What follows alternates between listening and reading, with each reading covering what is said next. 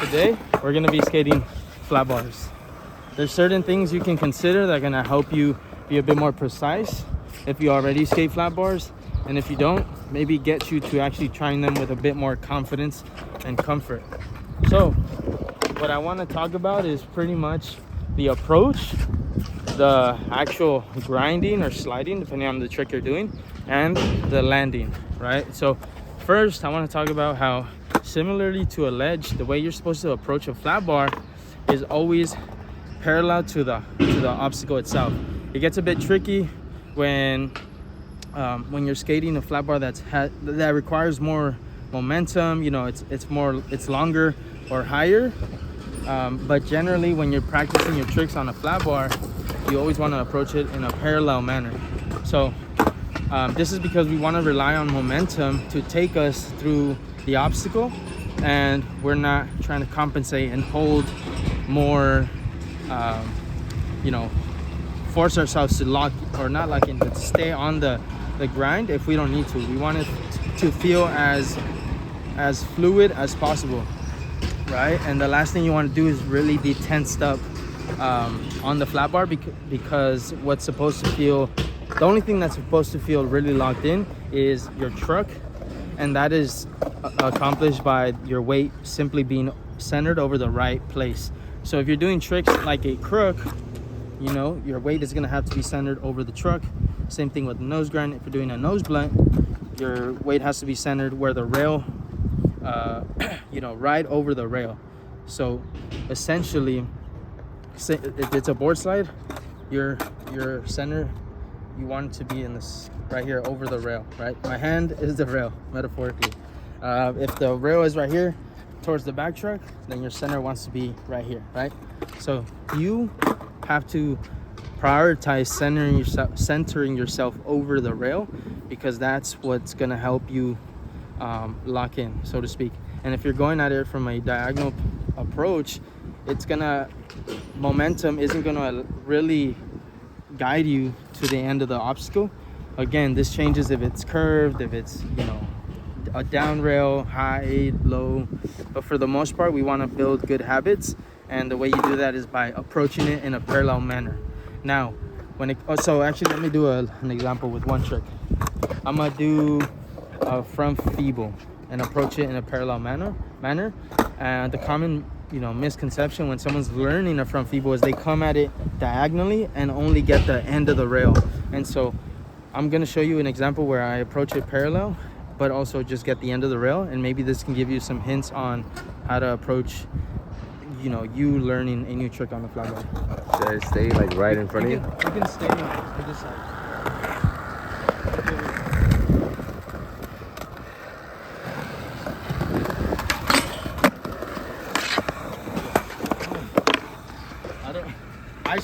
I stopped so you can meet me with your board. Okay, so essentially the whole point of that was so you can see.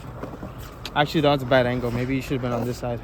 But so yeah, the front. So let's get a front angle so you can see how I approach the rail, and then I'll give an example on how I see others who are learning this specific trick approach it as well.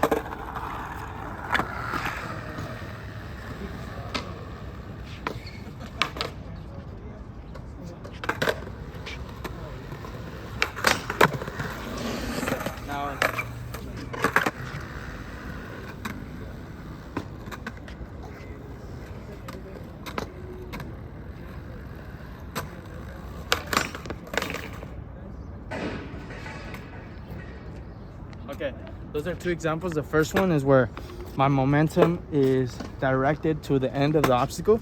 The second one was where my momentum is directed across from the obstacle, which is why you can see that the board stays on the rail and my body went towards the end, because I kind of jumped out towards the end of the obstacle. It's not because I allowed my momentum to take me there, right? So that's covering how to approach it. When you're locked on, the first part has to be correct, right? You have to set yourself up to be locked on comfortably. But once you're on there, I kind of already touched on it. You want to make sure that you're centering your weight over the rail. So if the rail and your board are meeting at the trucks, you want to lock on the trucks. They're meeting on the center of the board.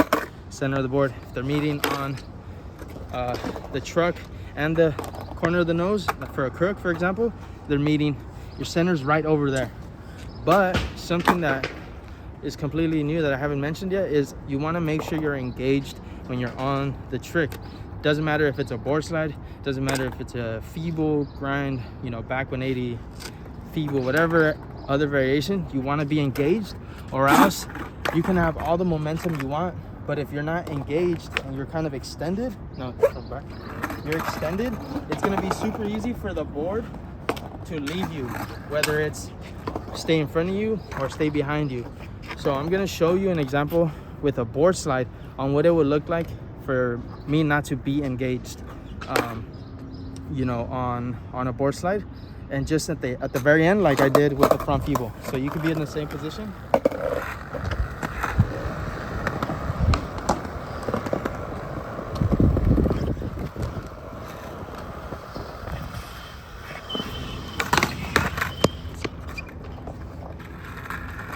All right, so that was me not engaged in both the pop and the slide itself. So I'm going to show you one where I'm engaged in the pop and then I lose that engagement that we need to keep on the board slide.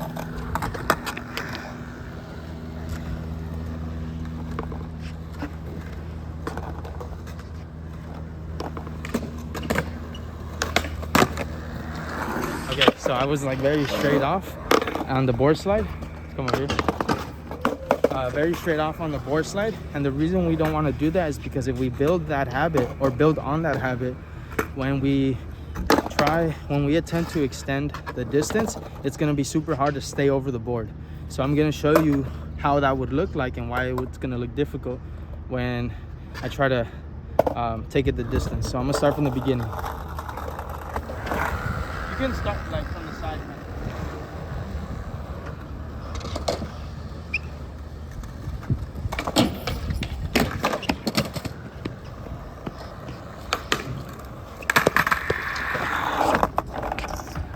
So you could still land it without being engaged.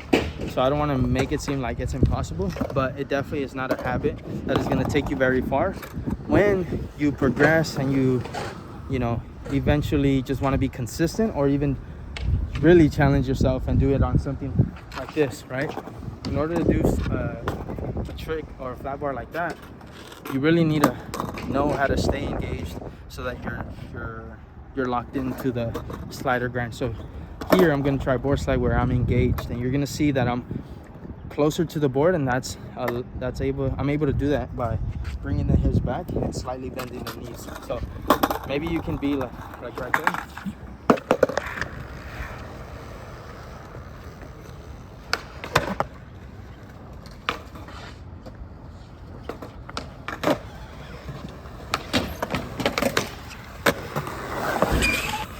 That one wasn't a good one, but you can see I was closer to the board, and the way I did that was by being engaged, right?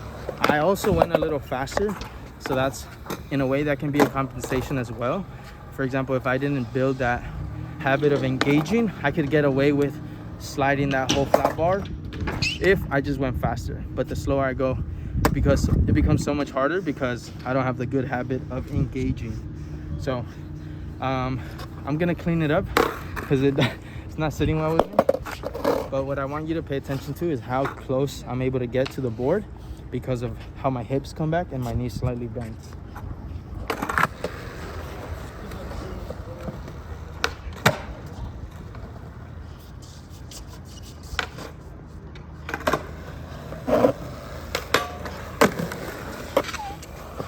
Okay, so we talked about how to approach the rail in a parallel manner, you know, allow the momentum to take us or to guide us towards the end, and also be able to lock in when we're skating the flat bar, right?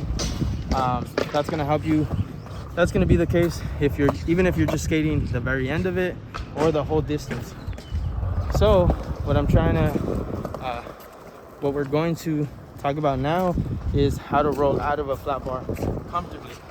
You pretty much want to take a very reference how you get on or lock on, how you stay locked on, so that when you get out, you have those things in mind, understanding that the momentum wants to take you a certain direction.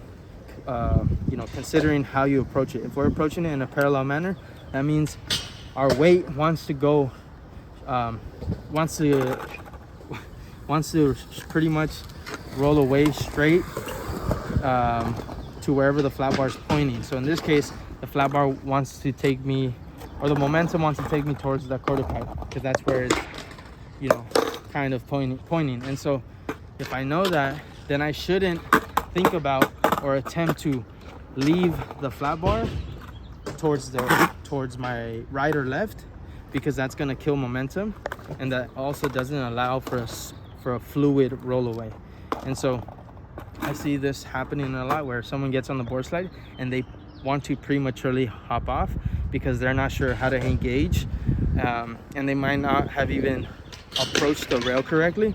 And so if that's someone, if that sounds like what you do, you just want to think about where I want to roll away. Visualize that before you even pop on, so that you have a better understanding of how to approach, lock on, so that the roll away can be so much more smoother. Another thing, a lot of people do the opposite, where I showed engage, disengage, and then stay engaged when you land.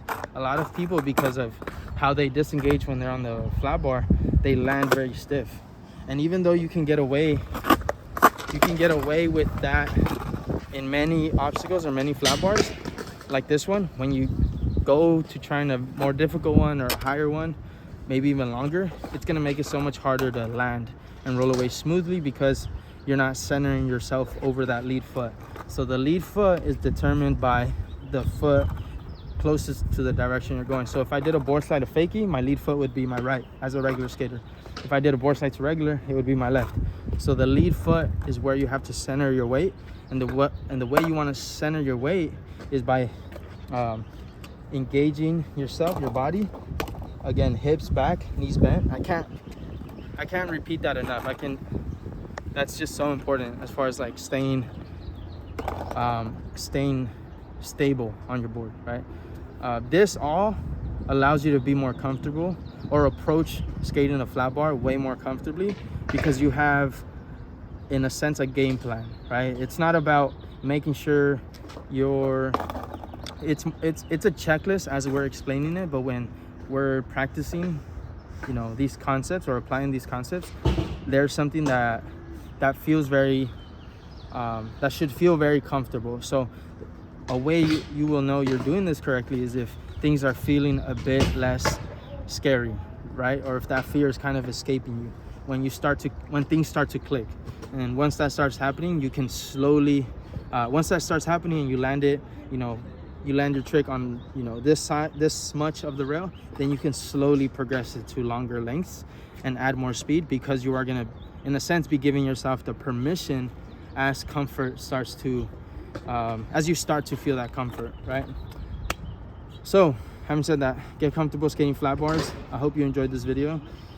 If you have any questions or you want me to elaborate more on it, the comments is goaded for that.